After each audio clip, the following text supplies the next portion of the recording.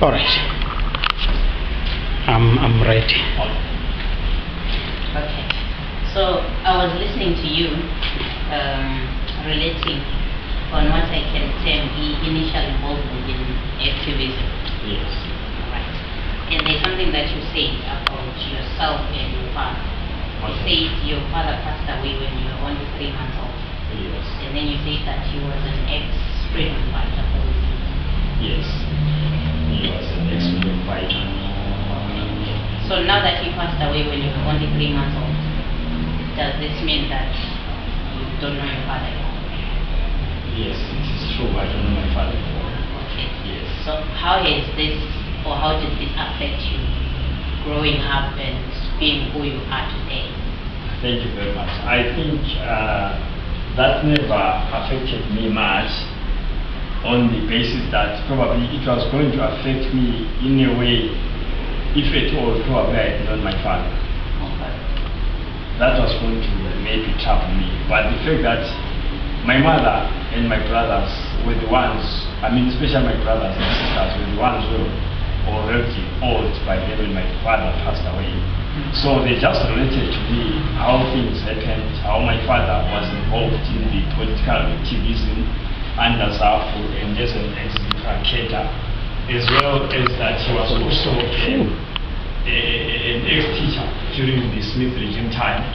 And it was during that time when he got his educational teaching practice certificate, torn by the Smith regime on the basis that he was pursuing the liberation struggle. So as a result of that, that really never affected me much. So your choice of involvement in the political sphere was a personal choice. It had nothing to do with your father prior to being involved in. Thank you very much. It is true, because between 1998 and 2006, I was so much involved into the preaching of gospel. On the other hand, I am a trained evangelist, so I used to preach. But it is during the period of 2006 when I met the guys from Zulu, where they started to share a lot about the issues which were affecting Matabeleland. And it was during that time when they provided me with the 1979 plan document, which really shed more light to me on the issues bedeviling the people of Matabeleland, mainly contributed by the people of Mashonaland. So that was the turning point of my life, to say, no, I would rather pursue the fight for freedom of my people than to just say I will concentrate on the issue of preaching the gospel. Okay. Yes. All right. So we find you now in MRP. Yes. And you were about to tell me about the birth of MRP, which you say somewhere there, early 2004. Yes. Okay. Yes. Thank you very much. Yeah, the birth of MRP, in fact, we started by, engaging Professor Mqondisi and Dr. because we felt these two were the brand names in Matabeleland as far as political leadership is concerned. And we engaged them, trying to bring them on the round table to realize that Matabeleland is what it is today because of lack of political will by the political parties led from Matabeleland. So we even wrote a dossier to the two political organizations, prescribing that since we're heading for 2013 elections, these two political formations were not meant to contest against each other. Instead, they were meant to, work together in a way that if Part A was to field a candidate in a certain constituency, Part B was not supposed to field the candidate, because we didn't want the votes to split between ZAFU and MTC.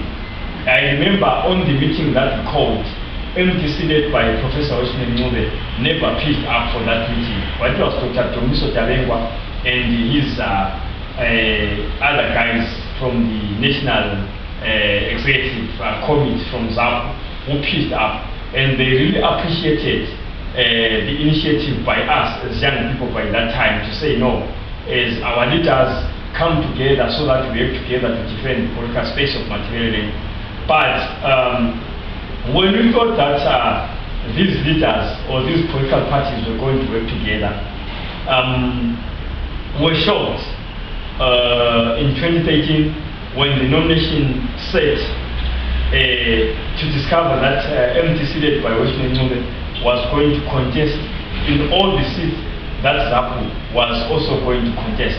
And we even heard them after the nominations court saying that they were going to work together. But to our surprise, the working together that they meant is not the same working together that was defined earlier on, where it strictly meant that these two parties were not supposed to contest each other. Okay. Yes. This is in 2018. 2018, yes. Right. You mentioned that in 2008, that's when you approached Dr. Mqondisi.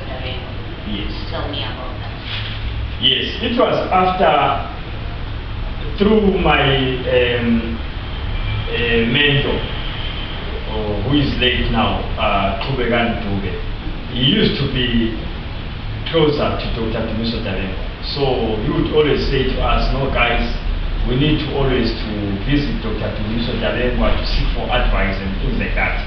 And during that time, there is this notion that many people used to believe, even up to this day, that ZAPU was a Ndebele party. So when we approached Mqondisi to leave ZANU-PF and lead ZAPU, we thought that by so doing, we would be resuscitating or reviving ZAPU, which by then we thought was a Ndebele party. Because our argument was simple by then that no, we cannot support MDC led by Morgan Tsvangirai because those people are pursuing Shona agenda. We cannot support ZANU. As we all know that the ZANU-PF is the chief architect of tribalism in this country, and they are the ones who are even pursuing the Shona agenda through the 1979 plan.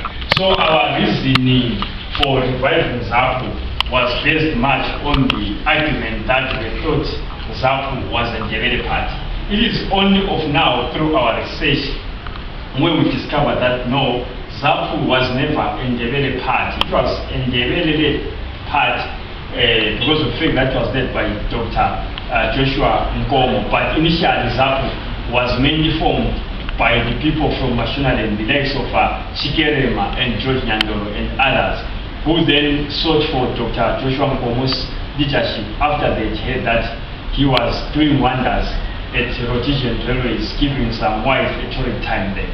So our reviving of ZAPU was solely, on the argument that it was a Ndebele party, and it was after 5 years or so, around 2012, we realized that no, ZAPU was never a Ndebele formed party, but it was just a party formed by Shonas, hence was to be led by a Ndebele leader in the form of Joshua Nkomo. Alright, so all those efforts having not materialized or came to fruition, you have this idea of forming MRP. Thank you. The idea of forming MRP came into being sometime in 2012, even before we met, we engaged Dr. Mqondisi and Professor Moyo. Our argument was simple. We had sat down as intolerance leaders resolution and agreed that at some given time, after reaching to some certain stage, we had agreed that by then we're supposed to have arrived at around 100 resolutions that would have done for the group of Matabeleland migrants. And true to that, we had by then reached more than 100 resolutions, some of them which materialized, some of them which did not materialize.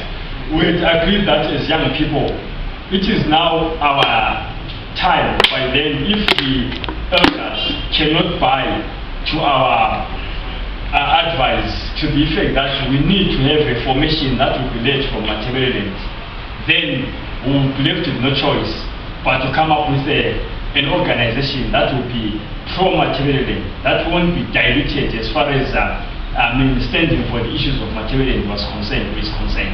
Okay. Yes. What is MRP? Is it an organization or a political party? It is a political party. Okay. As a political party, you are saying that if the elders had failed, Yes. now you as the youth Yes. decided that you were going to take over. Yes. So this is a youth-led political party. Yeah, it is a young people-led political party, though with elders as well, because amongst our ranks we also ex-Zipper cadres, some people in Zapu, and other parties like MTC. Okay. Yeah. So sitting here today, who are you in the MRP? I'm the president of the Mqondisi Party. You are the president? Yes. Okay. Tell me about the objectives and the ideology of this political party that you are president. Thank you very much. It was after the realization that historically there is a lot that has never been said about Machibereland and Mashonaland, or Zimbabwe, if we may want to put it in the modern day era. The founding of MRP was based much on the historical background, whereby through our research we found out that the colonization of Machibereland and Mashonaland came differently, whereby Mashonaland was colonized by whites in 1890, and Machibereland was to be colonized 3 years after, that was in 1893, after the battle of Gajaje in Tabazinduna, where King Lopemula lost more than 6,000 of his warriors through the battle between him and his warriors and the whites, where the whites were accompanied by the 752 Shona batsmen who had come to assist them. So after that, in 1923, that's when Machibereland and Mashonaland were made together to come one country, out of the consent of the two of Machibereland and Mashonaland. So during the time of liberation strike in late 1958 or so, when NDP started, Joshua Nkomo and others never fought for a Shona or Ndebele fight, but their fight was solely based on a white person versus a black man. As a matter of fact, during that time, up to 1980, when Zimbabwe attained its so-called independence, a lot of our people, believed that Zimbabwe was one country or is one country. But it is during that time when we formed MRP, when we engaging some elders and other people and visiting some areas for research, that is when we discovered that no, Zipra and Zapu fought a battle which did not belong to them, the battle of liberating Zimbabwe, because Zimbabwe was supposed to fight its own battle and Machibereland fight its own battle. Hence, we then sat down and said we are going to come up with a political party that will fight for the restoration agenda of Machibereland and Midlands, on the basis that this Machibereland and Midlands was once a fully-fledged country on its own, and Mashonaland was once a fully-fledged country on its own. And our argument is based much even on the borders that separate these two countries. We reckon that the borders that separate, these countries, most especially if you go to South Africa, we've got Limpopo or Bedford border post, which was signed for by King Lopemula in 1887. And then Plumtree border post, Ramakwebana River, which was signed for by King Lopemula in 1888, as well as the border separating Zambia, Vicforce Livingstone, which was also signed in 1888.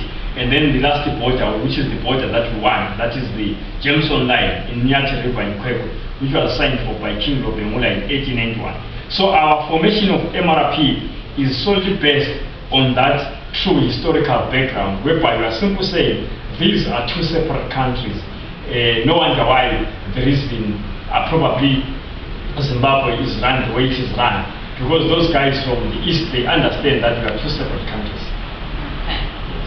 Right. So borrowing from your words there, in other words, you are saying to me that though Zimbabwe was liberated, this country, which you call Mqondisi, was not liberated.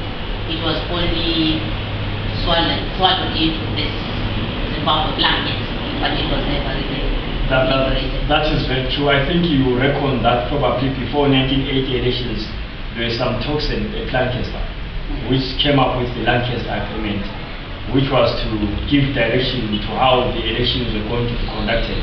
It was during that time, during the Lancaster talks, when Robert Mugabe started to connive with the whites or with British to come up with some tricks that were going to betray Joshua Nkomo. I reckon the time when Joshua Nkomo had agreed with Robert Mugabe that when they were going to go for elections, they were going to go on those elections under patriotic front. But it was during the night, which was a night before, when Joshua Nkomo and Robert Mugabe were to make a meeting to make final arrangements on those agreements, when Robert Mugabe left Britain for Tanzania to seek a meeting with Julius Nyerere over how ZANU and ZAP were going to participate in elections separately. And during the elections of 1980, that is when we saw the first betrayal by ZANU to Joshua Nkomo. And we remember it is when, before, even the announcement of the 1980 results, when Margaret Thatcher said, the one who is going to win is not the one who is going to rule. In this statement, was referring to the point that white and everyone was, convinced that Dr. Joshua Nkomo was going to win the elections. So what I'm simply saying is that it is true that Zimbabwe simply swallowed materially, because by then the people were calling shots was ZANU-PF through the leadership of Robert Mugabe as well as the British. Okay, right. So in your efforts, or rather in your fight to liberate Mqondisi from this, which you call a state that was swallowed by another state, do you have practical programs on ground right now? Thank you very much. We have got practical programs on ground. We started these programs sometime in 2014. We said as a party, the other things that we were going to do, especially in the rural areas, was to identify all the families that were affected by Kukuraundi genocide. This I refer to the families who lost their loved ones. We have been going around, and in some instances, some people are still buried in shallow graves, where these graves were not properly done. And in some instances, we have even helped the families to build, proper graves. I remember of one family in Lubanda, just after St. Luke's, the family which lost their father, Nehemiah Nkala, who happened to be cousin to the late Innocent Nkala. Went there sometime in 2014 November. We assisted that family by building the grave of their late father properly, who was killed by the security forces sometime in 1884. And to our surprise, even his death certificate was written that Nehemiah Nkala was shot and killed by the security forces. So when we go around visiting the areas, we also want to have those death certificates from the family members to ascertain how these people were killed. But as of last year, June 10 to date, our biggest program that we are doing is going around having some rallies in rural areas as well as in towns. Making awareness programs to our people, enlightening them on the importance of the restoration agenda, because we have discovered that our people were, before we came up with this program, they were empty on the issue of restoration. They were even empty on the basis, on the fact that these countries were one separate countries. So the more as we go around, interacting with them, they are then saying, this is the reason why this country is run this way. This is the reason why Kukura Undi was unleashed to Machiavellian influence. It was because Zimbabwe was, persecuting another country, people of another country. Okay. Yes. Would you say MRP is popular with the layman in the street, with the grandmother in rural areas, with the uncle somewhere in the mines? Yes, I would say as from 2016 to date, MRP is making some big inroads out there because we agree that we are a party that is not going to be more on social media activism, but will be more on the ground, where most of our people are, deep down in rural areas, in Cholocho, Kes, Kai, Lower Gwen, wherever, because this is where our elders are. This is where mostly our people face challenges day in, day out. So in a nutshell, I can simply say MRP is gaining a big ground, is gaining a big support. As we speak right now, just this morning, we arrived from Cholocho rural areas around 2 a.m. this morning, where we visited around 11 villages yesterday doing campaigns. Okay. Yes. All right, let's talk about 2018 elections. Are you involved as MRP? Thank you very much. We are involved in the forthcoming elections. We were going to contest only in Material and Migrants. Earlier on, I spoke about defending the political space of Material. We have realized that political space of Material or politics of Material is no longer in the hands of the people of Material. Especially if we are to look at the current setup of Bulawayo City Council. It is made of 29 councillors who are from MDC led by Mqondisi. Of the 29 councillors, 14 of them are from Mashonaland. And these people, these councillors, some of them, they can't even easily utter a Ndebele word. But hence they are representing Bulawayo, which is mainly dominated by people from Machiavellian. So we are going to contest in the forthcoming elections on local authorities, parliamentary elections, so as to make sure that we take back the seats which used to be taken or grabbed by ZAPU, which was led by Dr. Joshua Go, so as to determine our destiny. Because we feel in order for us to determine our destiny, we need to have political will. Okay. So what are the challenges which you are facing towards attaining this goal? Thank you very much. Come again. I said, what are the challenges which you are facing towards attaining this goal, if any? Thank you very much. So far, the challenges we face are from mainly ZANU-PF, because most people will agree to the point that ZANU-PF is calling the shots from all the spheres of life. Should it be from the police force, from the ZECI, which is the arm that runs the electoral system in Zimbabwe, as well as the military or any other state security agents. As we speak, as we went for our Cholocho programs yesterday, the Material North inspector by the name J.W. Gogo had refused to pay us for those rallies, raising some issues that were not even in the current constitution of Zimbabwe. We have discovered that ZANU-PF, through its police force, they usually do not allow us to go out for our campaigns, because they know that the gospel that we are preaching to our people is real, and this is the only way our people can be rescued from the current setup, which is really marginalizing them and oppressing them since the so-called independence of 1980.